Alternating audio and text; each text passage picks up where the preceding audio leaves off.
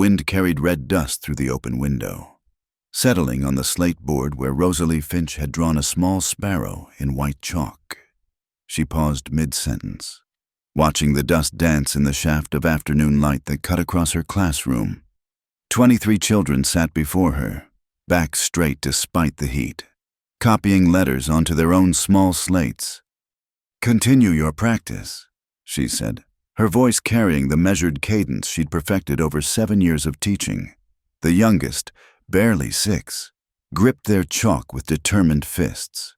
The oldest, a boy of 14 who'd soon leave school for the mines, wrote with careful precision. The schoolhouse stood at the edge of Larkspur Crossing, where the desert began its long stretch toward the mountains. 1 room, 4 windows, a door that never quite closed properly, and a bell that hung crooked from its post outside. The bell rope had frayed again last week, and Rosalie had tied it off shorter rather than ask the town council for funds they'd claimed they didn't have. She moved between the benches, her brown skirts rustling against the rough wood floor. At 27, she'd been here 3 years long enough for the townspeople to stop asking when she'd marry, though not long enough for them to stop wondering. They'd accepted her Eastern ways, her insistence on proper grammar, her refusal to use the switch. What they couldn't accept was her choice to remain unmarried. "Miss Finch," little Mary Patterson raised her hand. "There's a man outside." Rosalie looked through the window. A stranger stood by the water trough, holding the reins of a dusty bay mare, travel-worn clothes, a week's worth of beard, saddlebags that had seen better days, a drifter. They passed through Larkspur Crossing often enough, following work or running from it. "Eyes on your slates," she said, but she watched him too. He removed his hat, a gesture of courtesy she rarely saw anymore, and ran his hand through dark hair streaked with dust. Something in the careful way he moved, the patience in how he let his horse drink slowly, held her attention. On his saddle hung a small canvas roll that might hold tools, and what looked like a mandolin with a cracked body. The school bell chose that moment to give up entirely. The rope snapped, and the bell tilted wildly, clanging once before going silent. Several children laughed. Rosalie didn't. "Stay seated," she told them, and walked to the door. The stranger had already crossed to the bell post, studying the damage with the eye of someone who fixed things for a living. Up close, she could see the lines around his eyes, the capable hands, the way he kept a respectful distance. "Ma'am," he said, "looks like you could use some help. The town council will see to it." The lie came easily. The council would debate for weeks while her students learned to ignore the absence of the bell that marked their days. "I've got rope in my pack. No charge." He gestured toward his horse. "Was hoping to water my horse and fill my canteen. If you don't mind, maybe fix that loose board on your step while I'm at it." She studied him. Drifters usually wanted money, food, or trouble. This one seemed to want none of those things. "The water's free to anyone who needs it. The board's been loose for 2 years. I hardly notice it anymore." Things we stop noticing have a way of tripping us up eventually. The words carried weight beyond their surface meaning. Rosalie felt something shift in her chest, a sensation she immediately pushed aside. She'd made her choice long ago. After Thomas died of fever 2 weeks before their wedding, the church elders had called it God's will, said she should be grateful to have been spared the burden of widowhood. She'd seen it differently. She'd seen it as freedom. "I have students to teach," she said. "Of course." He touched his hat brim and turned back to the bell. She returned to the classroom, aware of every sound from outside the creak of leather, the soft murmur he directed at his horse, the rhythmic sound of rope being worked. Her students bent over their slates, but she caught several glancing toward the window. "Who can tell me the properties of a right angle?" she asked, drawing their attention back. Hands shot up, as young Robert explained degrees and perpendiculars. Rosalie heard the bell ring clear and true, its voice restored. She hadn't realized how much she'd missed the sound until it returned. The stranger appeared in the doorway, not entering, just standing at the threshold with the rope in his hands. Fixed the mounting, too. Was working loose. Should hold now. "Thank you." She reached for her purse, but he shook his head. "No payment needed. Though," he paused, glancing at the children. "Noticed your step really does need fixing. I've got time. If you've got a hammer I could borrow." She could say no, should say no. The town gossips would have enough to say about a strange man working at the schoolhouse. But the step had been growing worse, and just last week, one of the younger children had caught their foot. "There's a toolbox in the shed." He nodded and disappeared. Soon, the sound of hammering joined the scratch of chalk on slate. The children's attention wandered between their work and the window, where they could glimpse the stranger kneeling by the steps. "Focus," Rosalie said gently. "Martha, show me your letter R." The afternoon wore on. The hammering stopped. When she next looked, the stranger was adjusting something on his saddle, preparing to leave. The mandolin caught the light, its cracked wood beautiful in its imperfection. The school day ended, as it always did, with the children lining up to show their work before racing out the door. Rosalie followed them onto the newly repaired step, testing its steadiness. The stranger stood by his horse, canteen filled, ready to move on. Good sturdy wood in that step, should last. "You didn't say your name." "Jonah Reyes." He swung into the saddle with practiced ease. "Thank you for the water. Miss Finch, Rosalie Finch." He touched his hat again. "Safe travels to you, Miss Finch." She watched him ride toward town, presumably headed for the boarding house or the livery stable. Maybe he'd move on tomorrow, like they all did. Maybe he'd find work at one of the ranches and stay a week or two. It didn't matter. She had lessons to prepare, slates to clean, a life she'd chosen and intended to keep. But when she returned to the classroom, she stopped short. There on the board, someone had added to her simple sparrow. Where before it had been a basic outline, now it had detailed wings, individual feathers carefully drawn, as if ready to take flight. The chalkwork was delicate, skilled not the hand of any of her students. She stood there as the late afternoon sun slanted across the empty room, studying the transformed bird.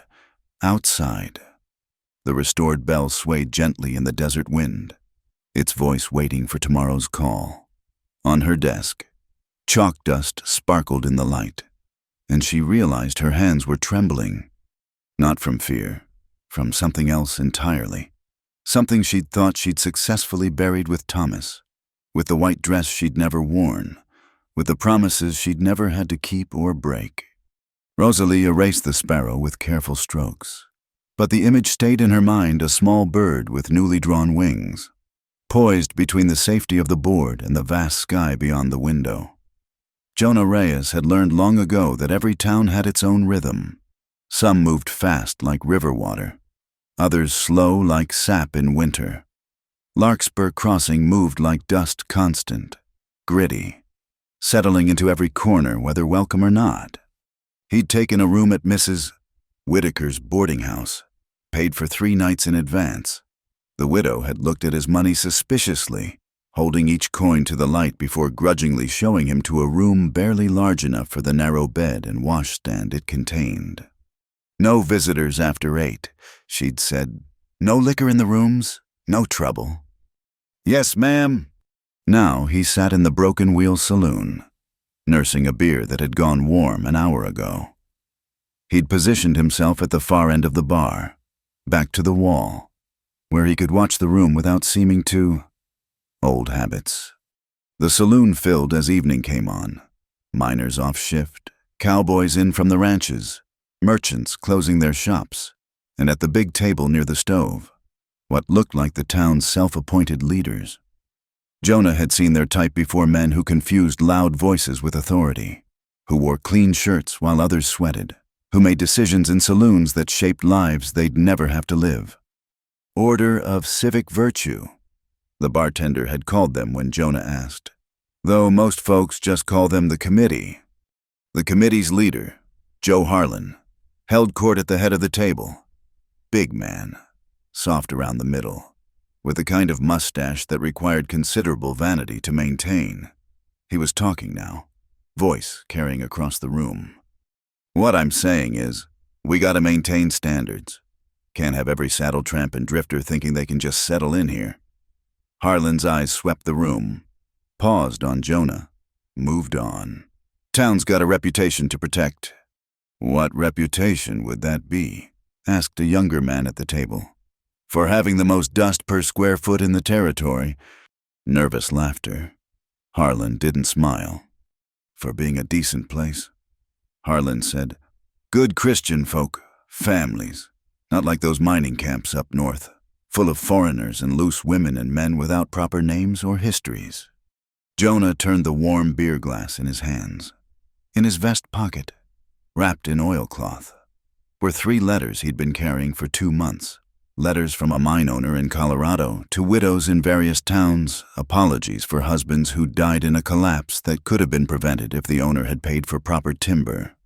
The man had been too cowardly to send them himself, had paid Jonah to deliver them instead. Make sure they get them personal, he'd said. Hand to hand, I owe them that much. One of the addresses was here in Larkspur Crossing. Sarah Morrison. General delivery. Speaking of drifters, another committee member said, saw one up at the schoolhouse today, hanging around Miss Finch's place. Jonah kept his face neutral, eyes on his glass. Doing what? Harlan's voice sharpened.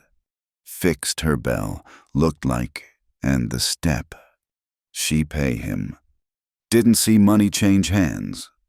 Harlan snorted. Man doesn't work for free unless he's working for something else. Someone should remind Miss Finch about maintaining proper boundaries. Woman alone needs to be extra careful about appearances. She's been here 3 years, the younger man said. Never caused any trouble. That's not the point, Davidson. Point is standards. We let one thing slide. Soon everything's sliding. Harlan took a long pull from his whiskey. Besides, heard tell this drifter matches a description I saw. Railroad's got paper out on a man, about his height and coloring. Something about a bridge fire up near Thornton Pass. Jonah's hand stayed steady on his glass. Though the scar on his ribs twinged with memory, he'd been at Thornton Pass. Yes, trying to stop what happened, not cause it. But men like Harlan didn't care much for truth when a convenient lie served better. What's the railroad offering? Someone asked. $100. Maybe more if he's the right man. How do you know about this? Davidson pressed. That's Union Pacific territory, 200 miles north. Harlan's smile was unpleasant. I got friends in useful places. Man in my position needs to stay informed. The conversation drifted to other topics, cattle prices, the need for a new well, complaints about the Mexican families settling on the south side of town. Jonah finished his beer and left money on the bar. More than necessary. The bartender nodded his thanks. Outside, the desert air had cooled. Stars were just beginning to show, and somewhere a coyote called to its pack. Jonah walked slowly, letting his eyes adjust, noting the layout of the town. The schoolhouse sat on the eastern edge, its bell tower visible against the darkening sky. He thought about the woman who taught there, the careful way she'd held herself, the distance she maintained like armor.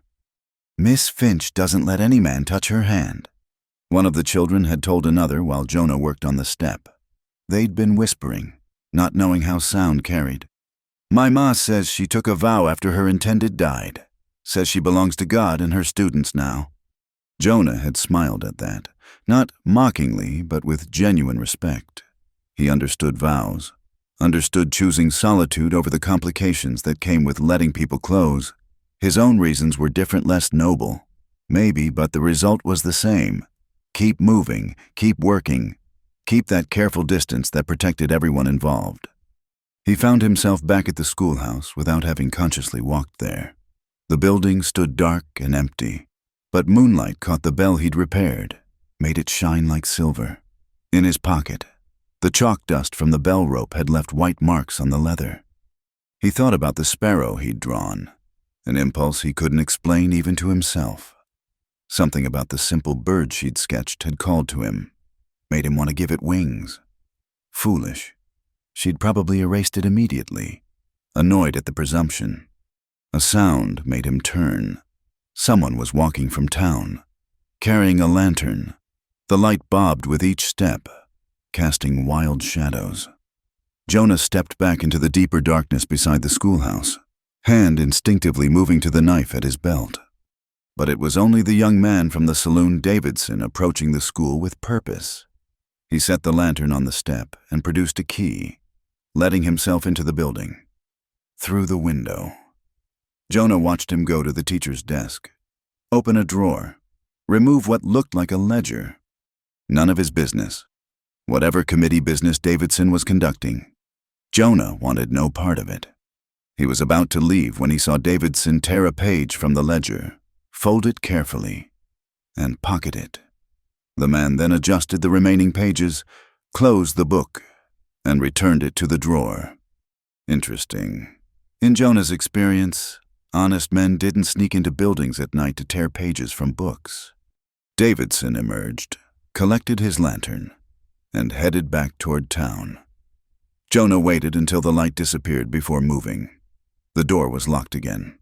Of course, but locks on schoolhouse doors were meant to keep children from mischief, not determine men from entering. It took him less than a minute. Inside, the room smelled of chalk and children and the lavender water Miss Finch must use. Moonlight through the windows provided enough light to navigate. He found the ledger account book for school expenses. The torn page had been near the back, and Davidson had tried to hide the damage, but the ragged edge was visible. Jonah turned to leave and stopped. There on the board was his sparrow, not erased after all, but she'd added to it, given it a branch to perch on, added detail to the tail feathers. The collaboration sat there in white chalk, her precise lines mixing with his looser style. He smiled in the darkness. Then he drew a small cloud above the bird, the kind that might bring rain to the desert, and let himself out. Back at the boarding house, Mrs. Whitaker was waiting in the parlor, pretending to knit. "You're out late, Mr. Reyes. Nice evening for a walk." She sniffed. "Joe Harlan was asking about you earlier. Wanted to know how long you're staying, what your business is." "And what did you tell him?" "That you paid for 3 nights and hadn't caused any trouble. Yet." She set down her knitting. "I run a respectable house. Mr. Reyes, I don't want any problems." "Neither do I, ma'am." She studied him for a long moment. "See that you don't?" In his room, Jonah sat on the narrow bed and unwrapped the letters. Sarah Morrison's was on top, the dead man's shaky handwriting visible through the thin paper. Tomorrow he'd find her, deliver her husband's last words, and probably be run out of town for his trouble. That was usually how it went. But tonight, he thought about sparrows learning to fly, about bells ringing true, about a woman who chose her own kind of freedom and defended it like territory. Through his window, he could just see the Pinkerton notice nailed to the post outside the sheriff's office. Too far to read, but knowing what it said, the sketch would be rough but close enough for someone looking to make $100. He'd stay one more day, deliver the letter, fix whatever else needed fixing, then move on before Harlan and his committee decided to test whether he matched that description. It was always better to leave before things got complicated. But as he lay back on the hard mattress, he found himself thinking about clouds bringing rain, about chalk dust on his fingers, about the way Miss Finch had looked at the bell when it rang, surprised and pleased, and trying not to show it. Complicated, he thought, might already be here. The school board meeting was held in the back room of Henderson's Dry Goods, a space that smelled of pickle brine and leather polish. Rosalie sat with her hands folded, back straight, while the 3 board members arranged themselves across the table like judges at a trial. Reverend Pike led the proceedings, his thin face severe beneath graying hair. Mrs. Morrison sat to his right, the banker's widow who kept the school's accounts with mathematical precision. To his left, Mr. Henderson himself, who always looked like he'd rather be anywhere else but felt the position gave him standing in the community. "Miss Finch," Reverend Pike began, "it's been brought to our attention that you permitted a stranger to perform repairs at the schoolhouse yesterday. The bell rope broke during lessons. He offered to fix it." Rosalie kept her voice level. "Also the front step, which has been a hazard for 2 years. Without consulting the board, the repairs were done at no cost to the school. Mrs. Morrison made a note in her ledger. Rosalie noticed the woman's hands trembled slightly. They'd been doing that more often lately. "The issue," Reverend Pike continued, "is not the cost but the propriety. You're an unmarried woman, Miss Finch. Your position requires you to be above reproach. I fail to see how accepting necessary repairs compromises my position." Henderson shifted uncomfortably. "It's not just that, Miss Finch. People talk. They wonder why a woman your age remains unmarried. Why you're so particular about keeping distance from the menfolk. Now you're letting strangers hang around the school." He was not hanging around. He performed repairs and left. "Still," Pike's voice carried the weight of sermonic authority, "we must consider appearances. The mothers trust us with their children. That trust depends on maintaining proper standards." Rosalie felt heat rise in her cheeks, but kept her expression neutral. She'd had this conversation in various forms for 3 years. Would likely have it for 3 more if she stayed. "My personal choices have never affected my teaching," she said. "The children are well educated, well behaved, and safe in my care." "No one disputes that," Mrs. Morrison said quietly. "Your teaching is exemplary, but—" A knock interrupted. The door opened to reveal young Timothy Marshall, one of Rosalie's students, clutching something in his small fist. "Sorry to interrupt," his mother said from behind him. Timothy insisted Miss Finch needed to see this right away. The boy approached Rosalie, opened his hand. A piece of slate lay there, carved with delicate precision into the shape of a sparrow. Every feather was detailed, the eyes so lifelike they seemed about to blink. "The man who fixed the bell gave it to me," Timothy said. "For being helpful, he said, showed me how he carved it with just a nail and patience. But I thought you should have it, Miss Finch, for your desk, since you like birds." Rosalie took the small carving, its weight surprising in her palm. The craftsmanship spoke of time and care, of hands that knew how to coax beauty from plain stone. "Thank you, Timothy, that's very thoughtful." The boy beamed and scurried away with his mother. Rosalie set the sparrow on the table, where it seemed to watch the proceedings with stone eyes. Pike frowned. "This is exactly what we mean. The man is leaving gifts for the children now.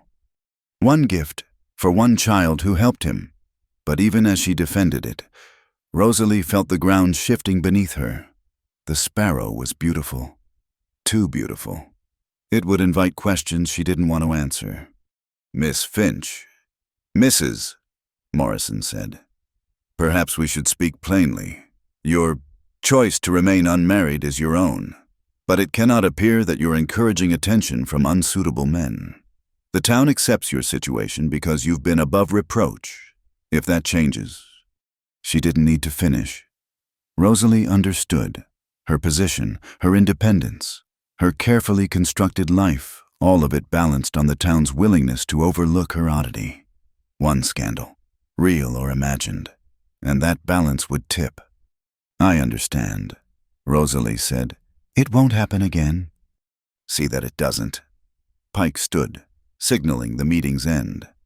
"We have your best interests at heart, Miss Finch. And the schools, of course." They filed out, leaving Rosalie alone with the stone sparrow. She picked it up, ran her thumb over the carved wings. Through the window, she could see the real birds settling into the cottonwoods for the evening, free to fly wherever they wished. A shadow passed the window. Davidson.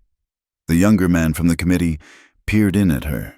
He touched his hat and moved on, but something in his expression made her uneasy. She'd seen him at the last board meeting, taking notes though he had no official position. Rosalie gathered her things and walked home to her small cottage behind the schoolhouse. The evening was cooling, and cooking fires sent smoke into the purple sky. Her neighbor, Mrs. Gonzalez, waved from her garden. "Evening, Miss Finch. Beautiful carving you have there." News traveled fast in Larkspur Crossing. A student gave it to me. "Ah, Mrs." Gonzalez's smile was knowing. "My husband. He carved me a dove when we were courting. Still have it, 40 years later." "This isn't—" But Mrs. Gonzalez had already turned back to her vegetables, leaving Rosalie with protests dying on her lips. Inside her cottage, she placed the sparrow on the mantel beside her few books and her mother's photograph. The stone bird looked at home there, as if it had always been waiting for that spot. She prepared her simple supper bread, cheese, preserved peaches, and thought about choices. After Thomas died, she'd told everyone her decision came from grief, from devotion to his memory. Let them believe she was a romantic figure, a woman too pure to love again. It was easier than explaining the truth that his death had freed her from a marriage she'd agreed to out of duty rather than desire. The church elders had selected Thomas for her, impressed by his prospects and piety. She'd been 20, eager to please, afraid to disappoint. His death had been tragedy and liberation bound together, leaving her with guilt that took years to untangle from relief. Now she had her school, her cottage, her independence. She had the children who needed her, the lessons that filled her days, the quiet evenings that belonged to no one but herself. It was a good life, a chosen life. So why did a stone sparrow make her feel like weeping? A soft knock at her door interrupted her thoughts. She found Timothy's mother on her porch, wringing her hands. "I'm sorry to bother you, Miss Finch, but I wanted to thank you for what you've done for Timothy." "I've done nothing special." "You have." The woman's eyes were bright with unshed tears. "His father was a hard man before he died. Never had a kind word for the boy." Timothy was starting to go quiet. Fold into himself, but in your class, he smiles now. Talks about his lessons at supper. That man today, showing him the carving, Timothy hasn't stopped chattering about it, about how patient the man was, how he said Timothy had good hands for making things. Rosalie's throat tightened. "I'm glad he enjoyed it." "What I'm saying is, don't let them make you feel ashamed." The woman gestured toward town, toward the board members and their proprieties. "Some of us see what you do for these children, see who you really are. That's worth more than their approval." After she left, Rosalie sat in her doorway, watching stars emerge in the desert sky. The stone sparrow caught the lamplight from inside, throwing a small shadow on the wall wings spread as if ready to fly. When full dark came, she walked to the schoolhouse. Someone had been there again. On her blackboard, beneath the sparrow on its branch and the cloud above, new additions had appeared, rain falling in delicate lines, and at the bottom, in a corner so small she almost missed it, the letter R worked into the tail feathers of the bird. She stood there a long time, one finger tracing the chalk lines. Then she picked up her own chalk and added to the scene a small nest in the branch's crook, barely visible but there for anyone who looked closely enough. Walking home, she thought she heard the bell ring once, softly, though there was no wind. The sound followed her into sleep, where she dreamed of sparrows learning to fly in the rain, their wings strong enough to carry them anywhere they chose to go. The truth lived in Jonah's saddlebags, wrapped in oilcloth and weighted with consequences. He sat on the edge of his narrow bed at Mrs. Whitaker's, spreading the documents across the thin quilt 3 letters from the mine owner, a telegram from the railroad detective who'd helped him escape Thornton Pass, and the most damning piece, a charred ledger page showing payments from the railroad to the men who'd actually burned the bridge. He'd pulled that page from the flames himself, earning the scar along his ribs when a timber collapsed. The railroad wanted the bridge gone to force a new route through land they'd bought cheap. when Jonah stumbled onto their plan, working an honest job at the rail yard. He'd tried to stop it, failed, mostly, but he'd saved evidence and helped pull 2 men from the fire the saboteurs had set. Now the railroad wanted him silenced. Easier to blame a drifting Mexican than admit their own corruption. The Pinkerton notice made him guilty of what he'd tried to prevent. Through his window, he could see the sheriff's office. Sheriff Wallace seemed decent enough, tired, overworked, uninterested in stirring trouble. But decent men often did indecent things when enough money was waved their way. Jonah refolded the papers, tucked them back into their hiding place. Tomorrow he'd find Sarah Morrison, deliver her letter, and leave town. Simple, clean, safe. He was reaching for his boots when footsteps climbed the boarding house stairs.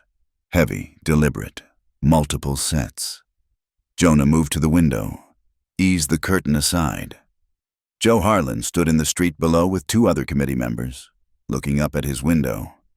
The footsteps stopped outside his door. A police knock, firm but not aggressive. Yet. "Mr. Reyes, Sheriff Wallace, like to have a word." Jonah opened the door, keeping his hands visible. Wallace stood there looking apologetic, flanked by 2 deputies who looked less so. "Evening, Sheriff. Sorry to bother you. Mind if we come in?" It wasn't really a question. Jonah stepped aside. "Let them enter." The room felt much smaller with 4 men in it. "Joe Harlan seems to think you match a description," Wallace said. "Man wanted for arson up north, railroad property. Lot of men match descriptions." "That's what I told him." Wallace's tone suggested he didn't much care for Harlan. "But he's insistent I check. You got papers, anything saying who you are, where you've been?" Jonah pulled out his traveling papers, the ones that said he was a farrier and general laborer. Nothing more. Wallace examined them, handed them back. "These seem in order. You planning to stay in town long?" "Few more days. Got some letters to deliver." Letters. Jonah retrieved Sarah Morrison's letter, showed the address. From her late husband's employer. Personal effects and final words. The kind of thing that should be hand-delivered. Wallace's expression softened. He knew what mining accidents meant to families, how little closure they got. Sarah Morrison runs the boarding house on 2nd Street. Good woman. Had a hard time of it since Pete died. I'll be respectful. I'm sure you will. Wallace turned to leave, then paused. Word of advice might be best if you concluded your business and moved on. Harlan's got a bee in his bonnet about something, and he's got the mayor's ear. After they left, Jonah sat in the darkness, not lighting the lamp. Through the thin walls, he could hear Mrs. Whitaker moving around, probably listening at her door. In the street, Harlan still stood with his men, watching. Time to go. Tonight, if he was smart. Forget the letter. Forget the repairs he'd promised at the livery. Forget everything except the road out of town. But he thought about Timothy Marshall's face when he'd carved that sparrow. The boy's wonder at creating something beautiful from nothing. Thought about the nest drawn in chalk. A detail so small, only someone looking for it would notice. Thought about Sarah Morrison waiting for words from her dead husband. The kind of words that might help her sleep. He'd stay one more day. Give the letter. Fix what he'd promised. Then leave before Harlan could cause real trouble. The next morning came gray and windy. Dust devils spinning across the main street.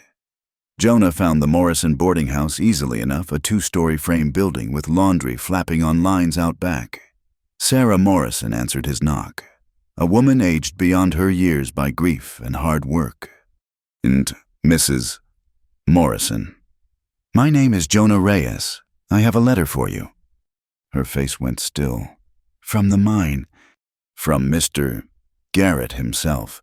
He wanted you to have it personal. She led him to a small parlor, gestured to a chair. Her hands shook as she took the letter, broke the seal. Jonah looked away while she read, giving her privacy for her tears. He says Pete died trying to shore up the tunnel, she whispered. Says he was brave, says Mr. Garrett should have paid for better timber, that it was his fault, not Pete's. I'm sorry for your loss, ma'am. She folded the letter carefully, held it to her chest. Pete always said those timbers were rotten, wrote me about it, but he needed the work, we needed the money. She looked up at Jonah. Did you know my husband? No, ma'am, Mr. Garrett just asked me to make sure you got this. And you came all this way to deliver it? I was traveling anyway. Seemed the right thing to do. She studied him with eyes that had seen too much. You're the one who fixed the schoolhouse bell yesterday. Mrs. Gonzalez told me, said you did nice work. Just some repairs. Miss Finch could use a friend, someone who sees her true worth. Sarah Morrison stood, smoothed her skirts. But I suppose you'll be moving on soon. Men like you always do. Outside, the wind had picked up. Jonah pulled his hat low, headed for the livery where he'd promised to help with some horseshoeing. But as he passed the school, he saw trouble brewing. Harlan and 3 committee members stood on the schoolhouse steps, voices carrying on the wind. Through the window, Jonah could see Rosalie at her desk, children in their seats, everyone pretending not to notice the confrontation at the door, searching the premises. Harlan was saying, "Got reports of suspicious activity." "You have no authority here." Rosalie's voice, calm but firm. "Got all the authority I need. Sheriff gave us deputy powers for maintaining order." Jonah doubted that very much. Wallace hadn't seemed the type to deputize Harlan's gang, but that wouldn't stop them if they were determined. He changed direction, climbed the schoolhouse steps. "Morning, Miss Finch? Gentlemen." Harlan turned, face reddening. "You should have known. What's your business here?" "Promised to oil the window hinges. They're sticking." Jonah kept his tone mild, but his stance shifted subtly. Weight balanced. "Ready?" "This is committee business," one of the other men said. "Move along." "Can't do that. Gave my word about those hinges." Inside, Jonah heard one of the children whimper. Rosalie appeared in the doorway, placing herself between the men and her students. "Mr. Harlan, if you have concerns, raise them with the school board, right now. You're disrupting lessons and frightening children." "We had a report," Harlan insisted. "Someone saw suspicious activity here last night. Lights, movement, could be related to the railroad business." Jonah kept his expression neutral, but his mind raced. Someone had seen him here, or Rosalie, when she'd added to the chalk drawing. "I often work late preparing lessons." Rosalie said, "There's nothing suspicious about lamplight in a schoolhouse. Still need to search, for the town's safety." "No," her voice was steel. "You need a real deputy for that, or the sheriff himself, not your committee playing at authority." Harlan stepped closer to her. "Too close." "Now listen here, Miss High and Mighty." Jonah moved. Nothing aggressive, just placing himself between Harlan and Rosalie, his body a quiet wall. "The lady asked you to leave." "You threatening me, drifter." "Stating facts. School's in session. These children need their lessons." Behind him, Jonah heard Rosalie's sharp intake of breath. He'd crossed a line, inserted himself into her business without invitation, but Harlan in her space, looming over her that wasn't right. "This isn't over," Harlan said. "Committee's got questions about you, Reyes, about what you're really doing in our town. Then ask them proper, through the sheriff." They stared at each other while the wind threw grit against the windows. "Finally." Harlan stepped back, gestured to his men. "We'll be watching," he said, including both Jonah and Rosalie in his glare. "Both of you." They left, boots heavy on the repaired step. Jonah waited until they were gone before turning to Rosalie. She stood rigid, color high in her cheeks. "I apologize," he said. "Shouldn't have interfered." "No, you shouldn't have." But her voice lacked heat. She looked past him to her students, all watching wide-eyed. "Children, Continue copying your arithmetic. Mary, help the younger ones. She stepped onto the porch with Jonah, pulled the door partially closed. Up close, he could see the strain around her eyes, the careful control she maintained. "They're getting bolder," she said quietly. "The committee. Used to be they just talked. Now, you could complain to the sheriff." With what result? Harlan owns half the businesses in town. The sheriff needs their support. She wrapped her arms around herself despite the day's warmth. "I shouldn't even be talking to you. It just gives them more ammunition. Then I'll go, but—" He pulled out a small can of oil, set it on the railing. "For the hinges. When you have time." She almost smiled. "You really did come to fix them. I keep my promises." Something passed between them, silent as the chalk dust swirling in the wind. Then Rosalie straightened, became the schoolmarm again. "Thank you for the oil, and for intervening. But please understand, I've built my life here very carefully. One scandal, one mistake, and I lose everything. I understand better than you might think." She studied him. "Yes, I believe you do." The school bell rang, though neither of them had pulled the rope. Wind, most likely, but it felt like a warning, or maybe a promise. Jonah touched his hat and left, feeling her eyes on his back all the way to the street. At the livery, the blacksmith greeted him with a knowing look. "Heard you had a run-in with the committee." News travels fast. Faster than wildfire in a drought. You best watch yourself. Harlan's got connections up and down the railroad line. If he decides you're trouble." Jonah pumped the bellows, watched iron heat to cherry red. "Already planning to leave tomorrow?" "Shame. You do good work." The blacksmith paused. "Miss Finch, she's good people. Been through enough already without Harlan making her life harder." Everyone had opinions about Rosalie Finch. Jonah noticed. Everyone watched her, judged her, decided what she needed or didn't need. He wondered if anyone ever asked her what she wanted.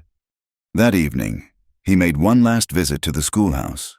Full dark, no moon, just stars and the sound of night birds. On the blackboard, their collaborative drawing had grown. She'd added rain puddles beneath the sparrow, tiny reflections in each one. The nest now held 3 eggs, carefully shaded. He smiled and added his own contribution, a second sparrow, approaching the nest, carrying a twig in its beak, building something together. As he turned to go, his boot caught something. Looking down, he saw a floorboard slightly raised. The one he'd noticed needed fixing, but when he knelt to examine it, he found the board had been deliberately loosened. Underneath, wrapped in cloth, was a small box. He should leave it. Nothing good came from finding other people's secrets. But something made him lift the box, open the lid. Inside were documents, a deed to the schoolhouse property, bank papers, and underneath, correspondence between the town council and the railroad plans to buy the school property cheap, run new track through. The signatures included Harlan, Henderson, and at the bottom, barely visible Davidson, witnessed by Sarah Morrison. Jonah replaced everything exactly as he'd found it. Now he understood Harlan's urgency. Davidson tearing pages from ledgers, the pressure on Rosalie. They needed her gone. The school closed before anyone realized what they planned. Outside, a coyote howled, and others answered. The sound raised the hair on his neck, a wildness that wouldn't be tamed, no matter how many towns sprouted from the desert. He had his own troubles. The Pinkerton would arrive eventually. Harlan would make sure of that. Smart thing would be to leave now. Tonight. Let this town sort its own problems. But he thought about sparrows building nests together, about promises kept and hinges oiled, about a woman who'd chosen her freedom and defended it against all comers. Tomorrow, he decided, he'd still leave tomorrow. But first, he had one more letter to deliver. The morning sun cast long shadows across the schoolyard as Rosalie arrived to find Jonah already there, fixing the loose floorboard on the porch. She stopped at the gate, watching his careful movements. The practiced way, he tested each nail before driving it home. "You're early," she said. He looked up, and she noticed the weariness in his eyes. "Wanted to finish what I started. Before—" He paused, seemed to reconsider his words. "While I had time." She unlocked the schoolhouse door, aware of him behind her, of the space between them measured in proprieties and possibilities. Inside. Their chalk drawing remained on the board, 2 sparrows now, building something together. "Thank you," she said, "for yesterday, with Harlan." "Made things worse for you, likely." "Perhaps, but the children didn't need to see that. To see me." She searched for words. "Unable to protect my own classroom." He set down his hammer, gave her his full attention. "You protected it fine. Would have managed without me." "Yes, I would have." The admission carried weight. "I've been managing alone for years." They stood there in the morning light, dust motes dancing between them. Then Rosalie noticed a book on her desk that hadn't been there yesterday, worn leather binding, pages yellowed with age. "What's this?" Jonah shifted, almost shy. "Found it at the trading post. Thought your students might enjoy it. Poetry, mostly. Some stories." She opened it carefully. Inside the front cover, someone had written, "For minds that seek to soar." The pages were full of Wordsworth, Whitman, Dickinson voices she hadn't heard since leaving the East. "I can't accept this. It's for the school, not for you." But his eyes said otherwise. "Mr. Reyes." "Jonah! Just Jonah!" "I don't think—" "Miss Finch." His voice was gentle but firm. "I know what you've chosen. Know you've got reasons, and I respect them. This isn't courting, it's just one teacher to another. I suppose these children deserve beautiful words." She ran her fingers over the poetry, felt years of other hands that had held these pages. "You're a teacher." "Was, sometimes, when towns needed one and I stayed long enough." He returned to his work, giving her space to process this revelation. "Never as good as you, never had your patience, your way of making them want to learn." "How would you know my way?" He gestured toward the window. "Yesterday, when Harlan was making his noise, not one of your students broke discipline. They trusted you to handle it. That's not fear, that's respect. Takes a special kind of teacher to earn that." Rosalie clutched the book, felt her carefully constructed walls tremble. This was dangerous ground, more dangerous than Harlan's threats or the town's gossip. This was understanding, recognition, the terrifying possibility of being truly seen. "I need to prepare for the day," she said. "Of course." He gathered his tools. At the door, he paused. "There's something else. About the committee, the railroad." "No." The word came sharp, definitive. "Whatever you know or think you know. I don't want to hear it. I've worked too hard to build this life. I won't have it destroyed by getting involved in men's schemes and conflicts." He studied her, and she saw something shift in his expression, disappointment, maybe, or resignation. "I understand." After he left, she stood at her desk, poetry book in hand, through the window. She watched him cross the yard, shoulders set against more than just the wind. Part of her wanted to call him back, to hear whatever warning he'd tried to give. But that path led to complications she couldn't afford.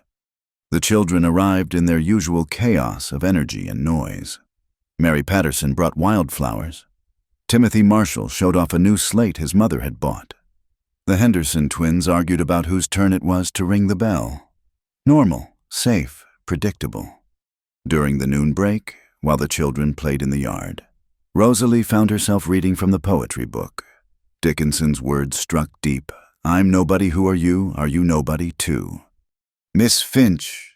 She looked up to find Emma Rodriguez, one of her older students, standing hesitant at the door. "Yes, Emma." "My mama wants to know that man who's been fixing things. Is he safe? She worries, with all the talk." "What talk?" Emma fidgeted. Mr. Harlan's been telling folks the stranger might be dangerous.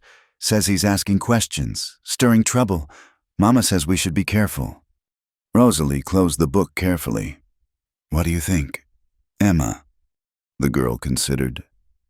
He was kind to Timothy, and he fixed things without asking for payment. Papa says those aren't the actions of a dangerous man. Your papa sounds wise. But Mr.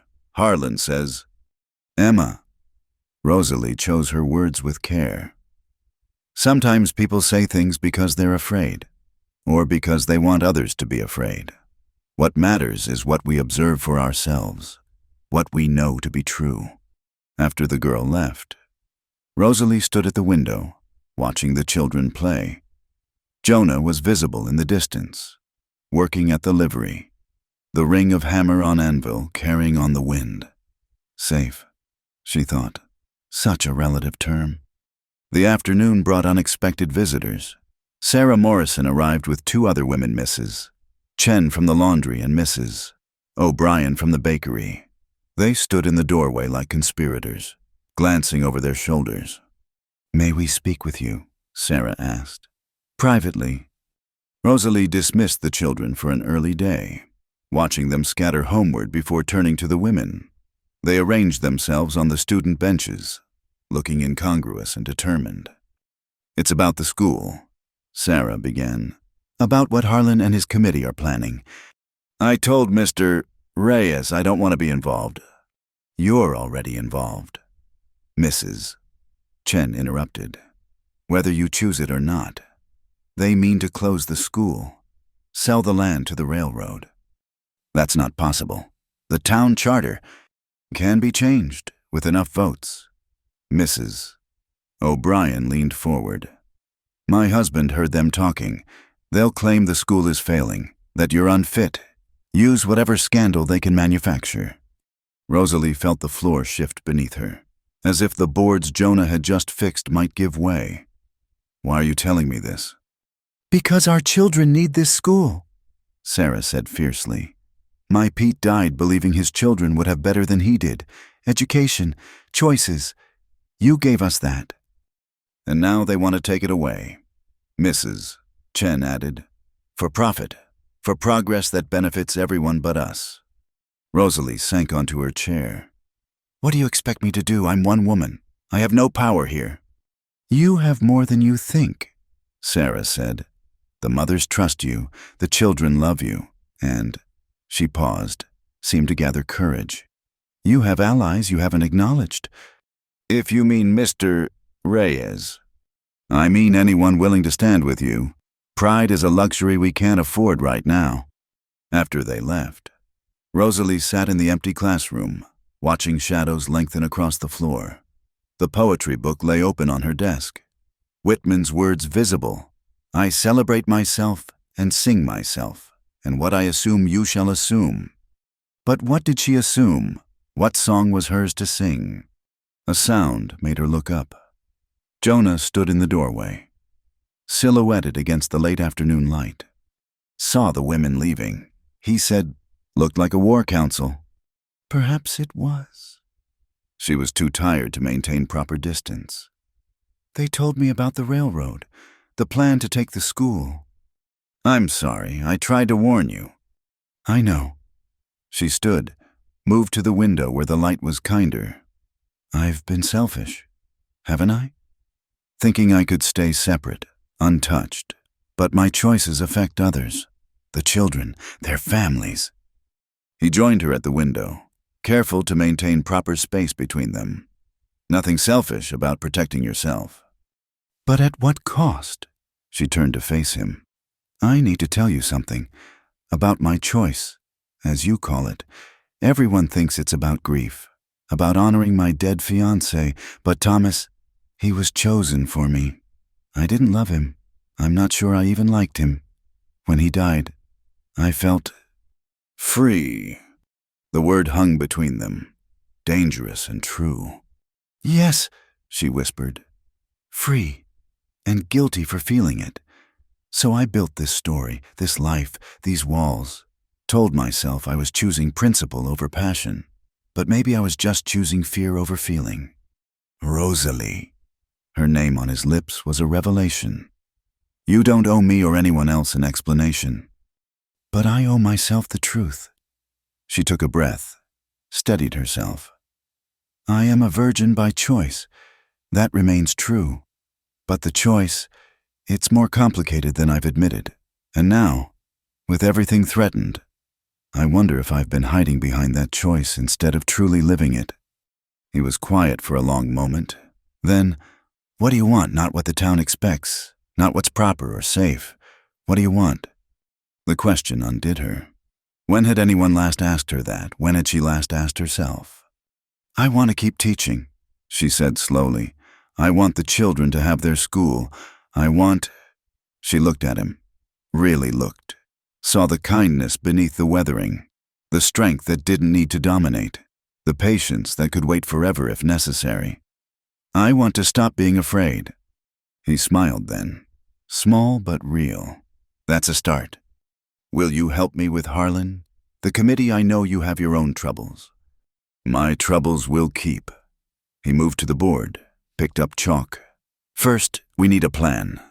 She watched him sketch, not birds this time, but a rough map of the town, marking alliances and obstacles. His hand was steady. Sure. She thought about those hands fixing bells and steps, carving sparrows from stone, offering help without demanding payment. Jonah, she said. He turned. Thank you for the poetry, for everything. Something passed between them, not a touch, not a promise, just acknowledgement of possibility, of change, of choices that might be remade.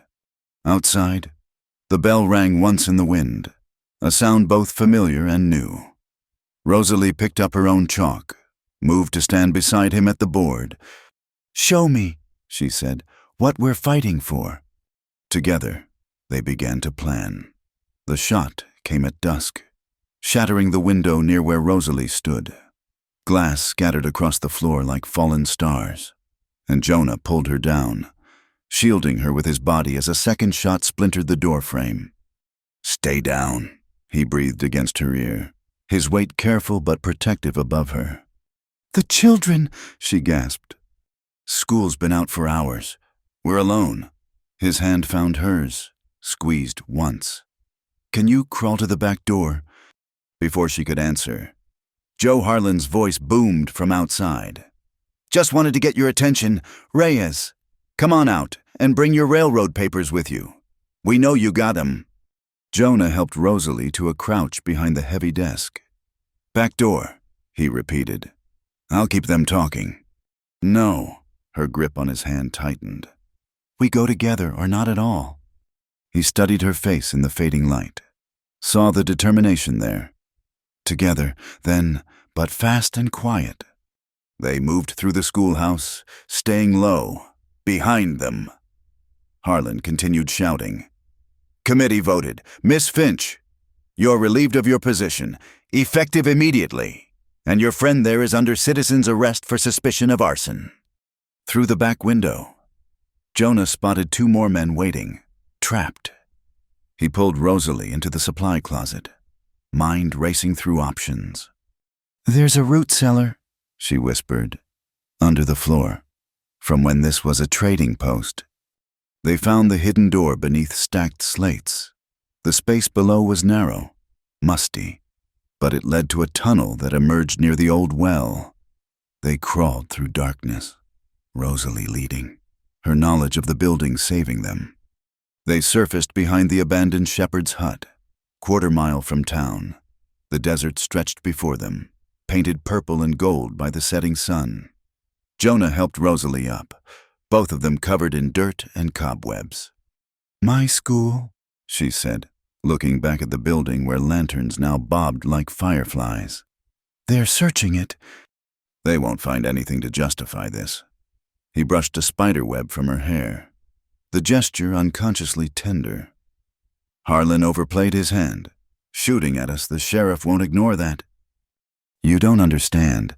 Harlan owns the sheriff's mortgage. Half the town's in debt to him. She shivered as the desert temperature dropped. Where do we go? I know a place. Can you ride? At her nod, he whistled low and long. His mare emerged from the darkness, followed by a second horse, the livery owner's paint that Jonah had been shoeing. Borrowed, he said at her look. We'll return her. They rode into the gathering dark. Following a trail Jonah seemed to know by feel, the abandoned sheep camp sat in a hollow between two mesas, invisible from the valley floor, a stone shelter with most of its roof intact, a working pump, even stacked firewood from its last occupants. While Jonah tended the horses and built a small fire, Rosalie explored their refuge. Someone had left blankets wrapped in oilcloth, canned goods, basic supplies, a way station for travelers who knew to look. Shepherds use it during storms, Jonah explained, returning with an armload of additional wood. Unwritten rule, take what you need, leave what you can. She sat near the fire, still processing their flight. They shot at us. Actually shot at us. Harlan's desperate. Means we're close to something he doesn't want exposed. Jonah settled across from her, maintaining careful distance even now. I'm sorry. This is my fault.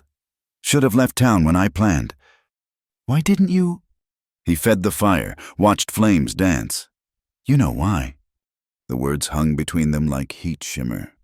Rosalie pulled her knees to her chest, feeling young and old simultaneously.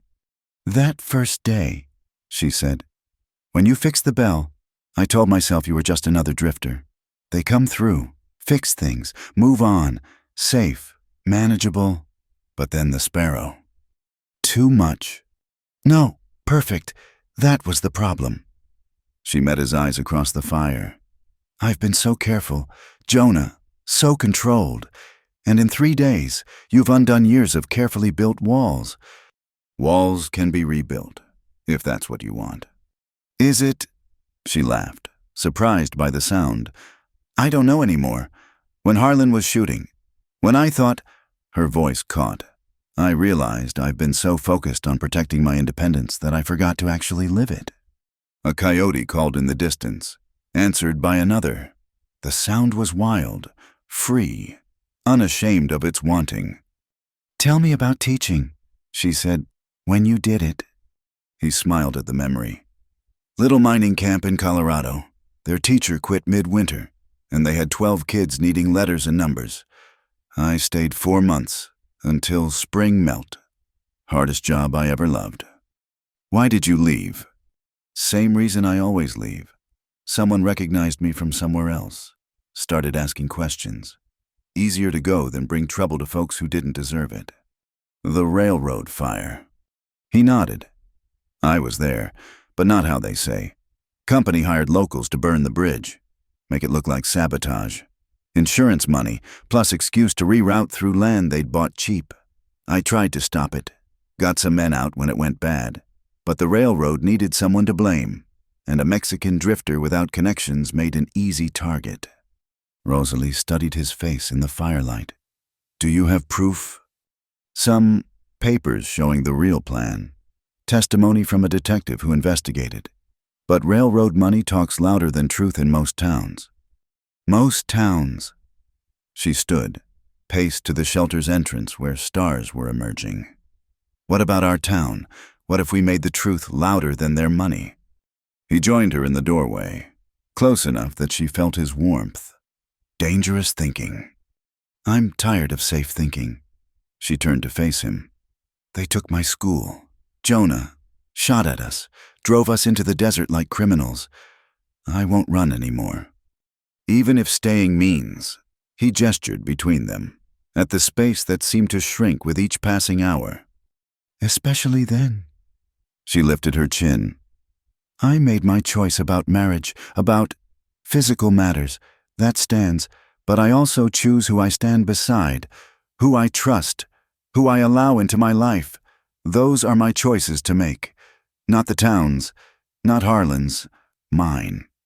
And what are you choosing? Instead of answering with words, she reached out, took his hand. His fingers were calloused, strong, gentle as they closed around hers. It was the first time she'd voluntarily touched a man since Thomas died. And she waited for the fear, the need to pull back. It didn't come. There was only warmth, connection, the feeling of finding safe harbor after years at sea. "I'm choosing to stop being afraid," she said, "of them, of this, of myself." They stood there as full dark arrived, hand in hand, watching stars emerge like possibilities. Then Jonah squeezed gently and let go, returning to the fire. He understood her boundaries without being told, respected them without resentment. "So," he said, practical again, "how do we fight back?" They talked through the night, planning, plotting, finding hope in shared purpose. Rosalie knew the town's secrets, the alliances between families. Jonah knew strategy, how to use truth against those who feared it. "Sarah Morrison," Rosalie said. "She's stronger than she seems, and she keeps the books for several businesses. She'd know if Harlan's been skimming or misreporting." "The Mexican families on the south side," Jonah added. "They've been pushed around by the committee for years. Might be ready to push back." "And the mothers, they want the school to stay open. If we could show them what Harlan's really planning." As dawn approached, exhaustion finally claimed them. Rosalie curled into the blankets near the dying fire. Jonah sat against the wall, keeping watch, his presence a comfort she hadn't known she needed. "Sleep," he said when she protested. "I'll wake you if anything changes." She dozed fitfully, dreams mixing with memory and possibility. Once, she woke to find he'd covered her with his coat, though the morning was cold and he must be freezing. "Jonah." "Here. When this is over, when we've won or lost, what then?" He was quiet so long she thought he wouldn't answer. "Then, that's your choice to make. I'll respect whatever you decide. And if I decide I want you to stay, then I'll stay." "Even though staying is dangerous for you. Everything worth doing is dangerous." He shifted, and she heard the smile in his voice. "Besides, someone needs to keep that school bell working." She smiled into the darkness. "Among other things." When true dawn came, painting the desert in shades of rose and gold, they prepared to return. Not to run, not to hide, but to fight for what mattered. The shepherd's shelter had given them refuge. But now, it was time to face whatever waited in town. As they mounted the horses, Jonah reached over, touched her hand where it held the reins. "Whatever happens, I want you to know meeting you, these days, they've been worth whatever comes next." Rosalie turned her hand, laced her fingers through his. "We're going to win. Jonah, we have to." "Why's that?" She smiled, fierce and free. "Because I have 23 students expecting lessons tomorrow, and I don't intend to disappoint them." They rode back toward Larkspur Crossing as the sun climbed higher. Two people who'd found each other in the vast desert, ready to defend the life they were choosing to build together, whatever form that life might take. The town hall stood packed despite the early hour, citizens filling every bench and lining the walls. Word had spread through Larkspur Crossing like wildfire Miss Finch had returned, demanding a public hearing about the school's future. The emergency meeting had been called for 9 o'clock, but by 8:30, there wasn't an empty seat to be found. Rosalie entered through the side door, head high, wearing her best teaching dress, the navy blue one she saved for special occasions. Behind her came Sarah Morrison, Mrs. Chen, Mrs. O'Brien, and a dozen other mothers. They formed a protective phalanx around their teacher as she made her way to the front. Joe Harlan sat at the council table, flanked by his committee members. His face darkened when he saw her, but his politician's smile never wavered. "Miss Finch," he said loudly, playing to the crowd, "you've got some nerve showing your face after fleeing lawful questioning." "I fled gunfire. Mr. Harlan, there's a difference." Rosalie's voice carried clear and strong. "And I'm here now, ready to answer any legitimate questions about my teaching or the school's operation." Sheriff Wallace stood near the door, looking uncomfortable. Mayor Peterson, a thin man who owed his position to Harlan's backing, called for order. This meeting is to discuss the future of the school. Peterson announced, "There have been concerns raised about its management." "What concerns?" Sarah Morrison stepped forward. "I've been reviewing the school's financial records, and I have some questions of my own." She produced a ledger, the same one Davidson had been tampering with. According to this, the school board approved funds for repairs that were never made, roof work that didn't happen, supplies that were never delivered. Where did that money go? Harlan's smile tightened. "Those are serious accusations, Mrs. Morrison." "Yes, they are." Sarah opened the ledger. "Especially since your signature approves every expenditure. $200 for roof repairs last spring, yet Miss Finch has been setting out buckets for leaks all winter. $150 for new textbooks that never arrived. Should I continue?" Murmurs rippled through the crowd. Rosalie saw parents exchanging glances, beginning to understand. "Furthermore," Rosalie said, stepping forward, "I'd like to know why Mr. Davidson was in the schoolhouse at night, removing pages from this very ledger." Davidson jumped to his feet. "That's a lie." "Is it?" A new voice from the back made everyone turn. Jonah entered, and Rosalie's heart lifted despite herself. He looked tired, dusty, but steady as always. "Because I saw you there, Davidson, night before last, tearing out pages, trying to hide something." "The word of a drifter and suspected criminal?" Harlan sneered. "Sheriff, arrest that man. He's wanted for questioning in a railroad matter." Wallace stepped forward reluctantly, but Jonah held up a hand. "Before you do, Sheriff, might want to look at these." He produced a packet of papers from his coat. Documents from the Union Pacific detective who investigated the Thornton Pass fire. His conclusion: local men were paid to set it, make it look like sabotage. The railroad could collect insurance and reroute through cheaper land. "Even if that's true," Harlan said, "what's it got to do with our town?" "Everything." Jonah's eyes never left Harlan's face. "Same scheme you're running here. Create a crisis. Force the school to close. Buy the land cheap for the railroad spur you've already negotiated. How much they paying you?" "Harlan, enough to steal from children." The crowd erupted. Parents shouted questions. Accusations flew.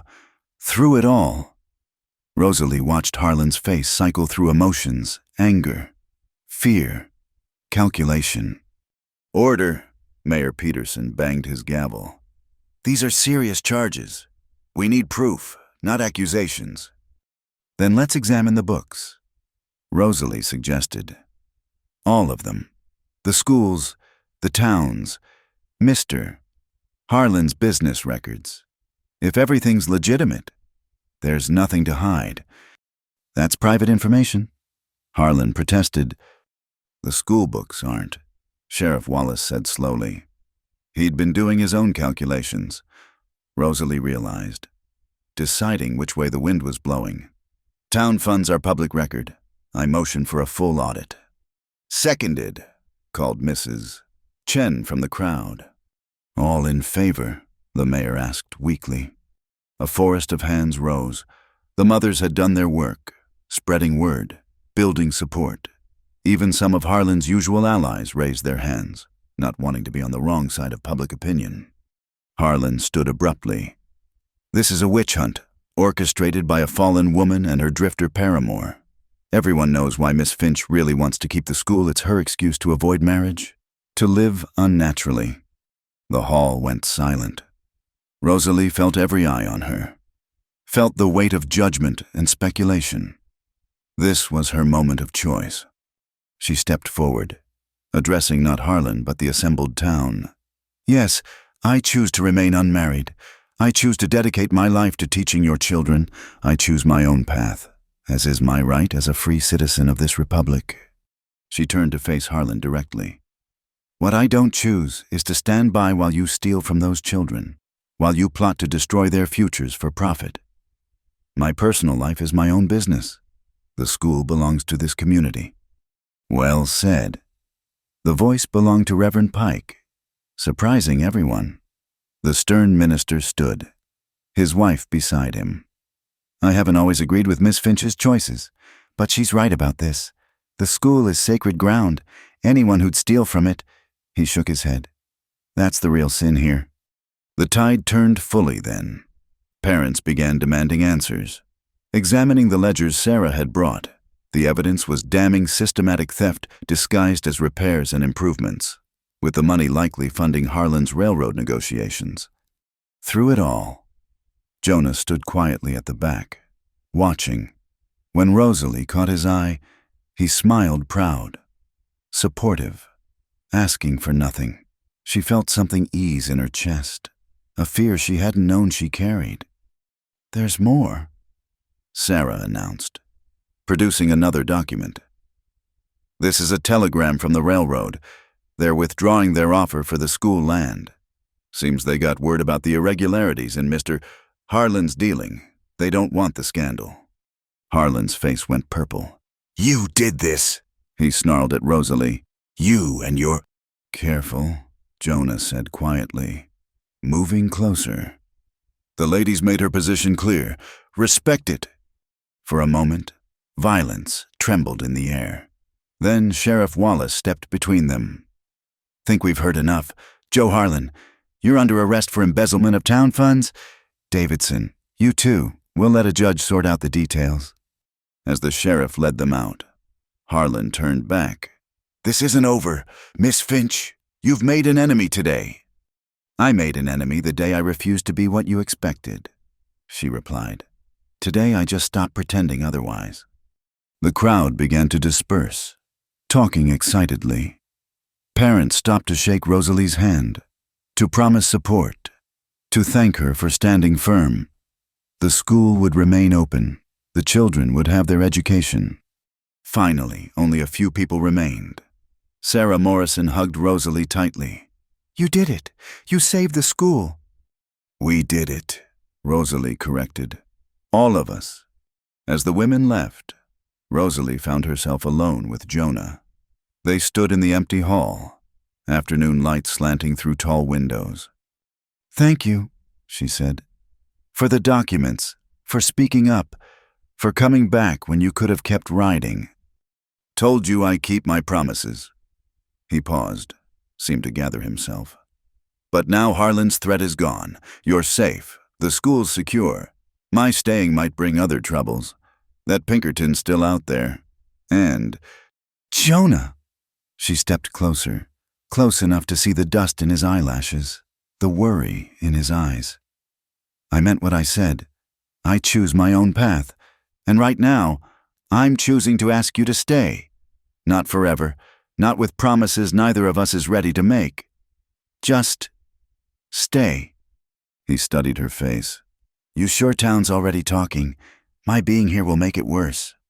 "Let them talk," she smiled, feeling lighter than she had in years. "I've been the subject of gossip for 3 years. At least now it'll be interesting gossip." That surprised a laugh from him. "You're not what I expected. Rosalie Finch." "Good. I'd hate to be predictable." She grew serious again. "I know what I've chosen about certain aspects of life. That hasn't changed. But there are many ways to share a life with someone, many ways to care, to build something together. If you can accept that, accept me as I am." "Stop." He reached out, took her hands in both of his. "I've been drifting for 5 years, running from place to place, never letting anyone matter. Then I meet a woman who draws sparrows on blackboards and faces down whole towns for her students. You think I care about conventions, about what we have versus what we don't?" She squeezed his hands, felt the calluses and strength and gentleness all mixed together. "So you'll stay?" "I'll stay, long as you'll have me. We'll figure out the rest as we go." They stood there, holding hands in the empty hall where she'd just won her greatest victory. Outside, she could hear the school bell ringing someone's child playing with the rope he'd fixed. "I should go," she said eventually. "Need to prepare for tomorrow's lessons." and I should see about getting my job back at the livery. Going to need steady work if I'm settling down." They walked out together, still hand in hand, into the afternoon sun. The town square buzzed with activity, people discussing the morning's revelations. Some stared at them, at their linked hands.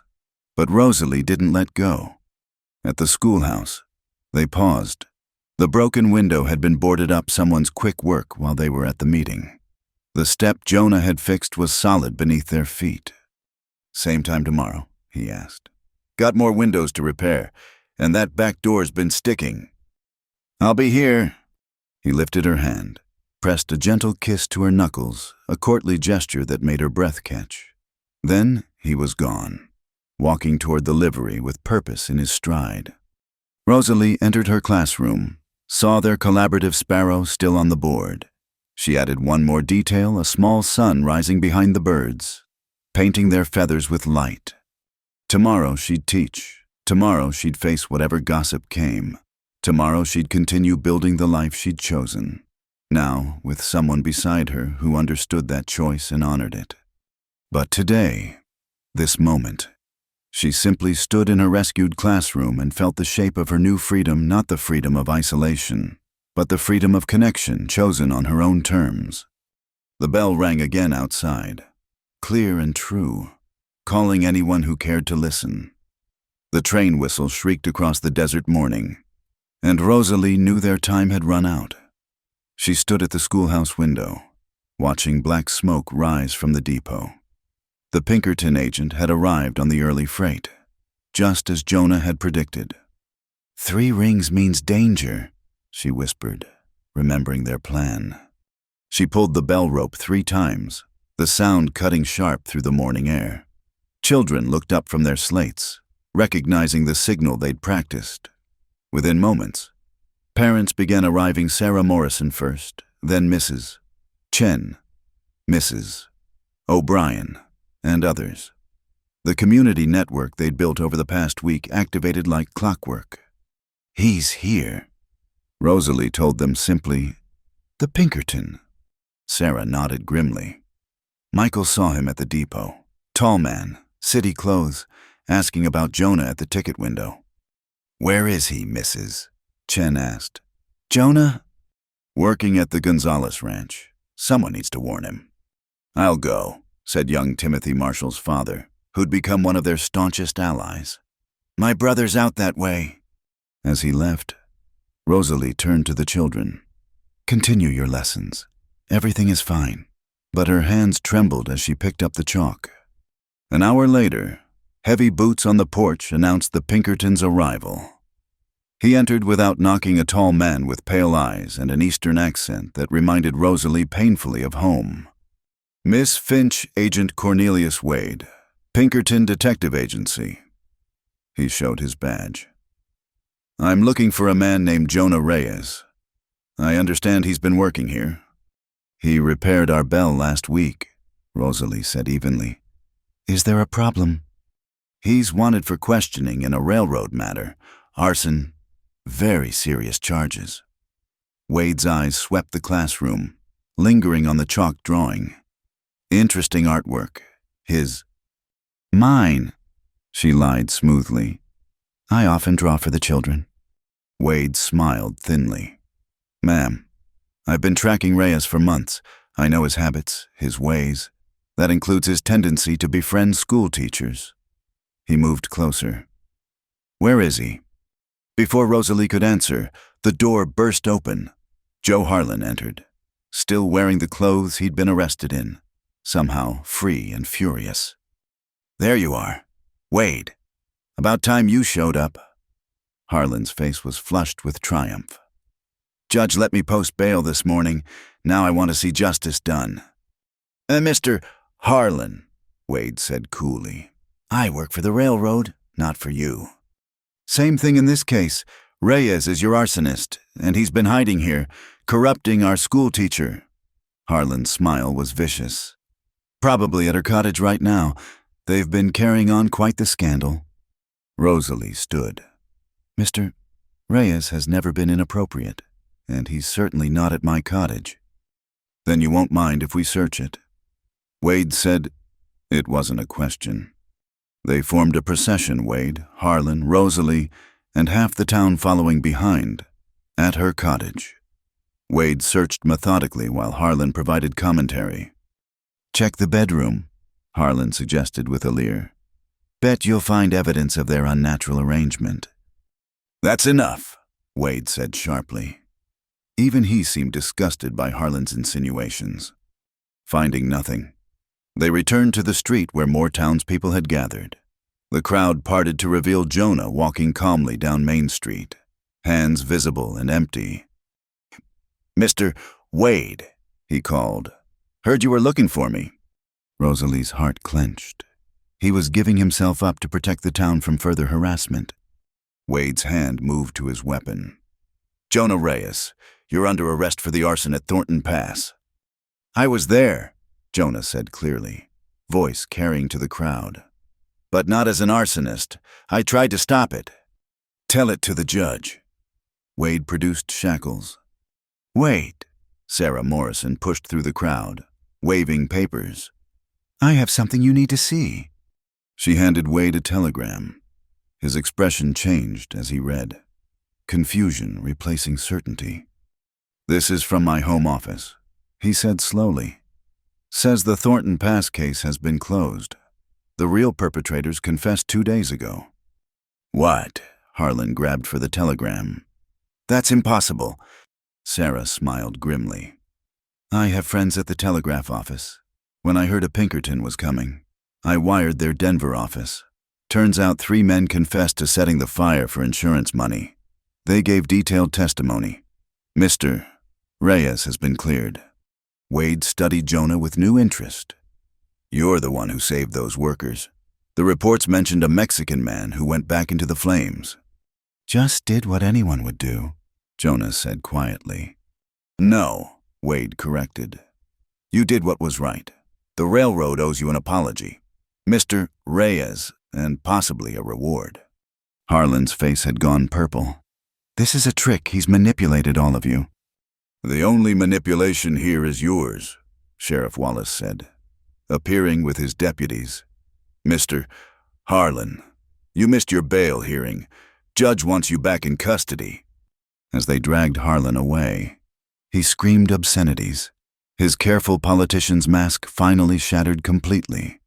Wade tucked the telegram away. My apologies for the disturbance.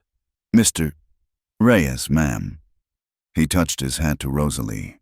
The railroad will be in touch about compensation for your troubles. After he left, the crowd remained, buzzing with excitement.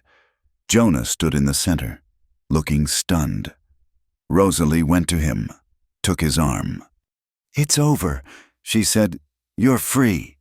Free, he repeated, as if tasting the word. Then his eyes focused on her. Free to stay. The crowd began to disperse, people clapping Jonah's back, offering congratulations. But Rosalie noticed a disturbance near the depot the train was preparing to leave, and someone was running toward them. Young Davidson, Harlan's accomplice, sprinted down Main Street. The depot's safe, he gasped. Harlan, before his arrest, he took everything the town funds, the railroad money, all of it. Sheriff Wallace cursed. Which way did he go? Track says east, someone called, but there's a handcar missing from the rail yard. Jonah stepped forward. I know these rails. He's heading for the water stop at Miller's Canyon, trying to catch the eastbound express. He looked at Wallace. I can catch him. We can catch him, Rosalie corrected. At Jonah's look, she lifted her chin. I'm the schoolteacher he robbed. I have every right to pursue. There was no time to argue. Within minutes, they were on another handcar. Jonah pumping the lever with strong, steady strokes while Rosalie worked the brake. Behind them, a posse followed on horseback, but the rails were faster. The desert flew past in a blur of sage and stone. Rosalie's hair escaped its pins, streaming behind her like a banner. Despite everything, she felt wild elation, the speed, the chase, the man beside her working in perfect rhythm. They spotted Harlan's handcar ahead, the man pumping frantically. He looked back, saw them gaining, and made a fatal error, tried to go faster instead of stopping to fight.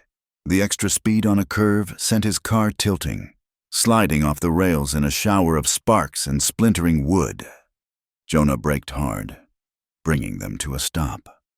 Harlan lay beside the tracks, clutching his leg, the stolen money scattered around him like fallen leaves. "It's over, Harlan," Jonah said, standing over him. "You ruined everything," Harlan spat. "The railroad deal would have made this town rich." "Would have made you rich," Rosalie corrected. "The town would have lost its school, its soul." The posse arrived, Wallace taking charge. As they gathered the scattered money and loaded Harlan for transport, Jonah and Rosalie stood apart, catching their breath. "That was reckless," he said, but his eyes showed admiration. "Says the man who charged into a burning building?" She was laughing, high on adrenaline and victory. "We make a good team." "We do." He grew serious. "Rosalie, with the reward money from the railroad, I could buy that empty lot next to the school, build a proper workshop, maybe expand the school, add rooms for older students who want to learn trades." She stared at him. "You'd stay, truly stay, not just for a season, but for as long as you'll have me, as your friend, your partner in the school, whatever you're comfortable with." He took her hands, there in the desert with the posse as witnesses. "I'm not asking for anything you're not willing to give, just the chance to build something together." The words she'd held back for weeks burst free. "Yes, yes to all of it." He whooped a sound of pure joy that echoed off the canyon walls and lifted her off her feet in a spinning hug. She laughed, not caring who saw, not caring what they'd think. When he set her down, she was breathless but certain. "Miss Finch," someone called. "Train's coming." Sure enough, the eastbound express was approaching, the train that would have carried Harlan to freedom. Instead, it would carry news of his capture, of the town's victory, of a schoolteacher and a drifter who'd chosen to stand together. As they rode the handcar back to town, Rosalie sitting beside Jonah as he worked the lever, she thought about choices and freedom. She'd chosen her path years ago, thinking it meant solitude, but freedom, she'd learned, could also mean choosing who to let in, who to trust, who to build alongside. The school bell was ringing as they arrived, children and parents gathering to hear the news. Timothy Marshall ran to them, face bright with excitement. "Miss Finch, Mr. Reyes, you caught him, you saved our money." "We all saved it," Rosalie said, looking around at the assembled town. "Together." As the celebration began, Jonah caught her eye.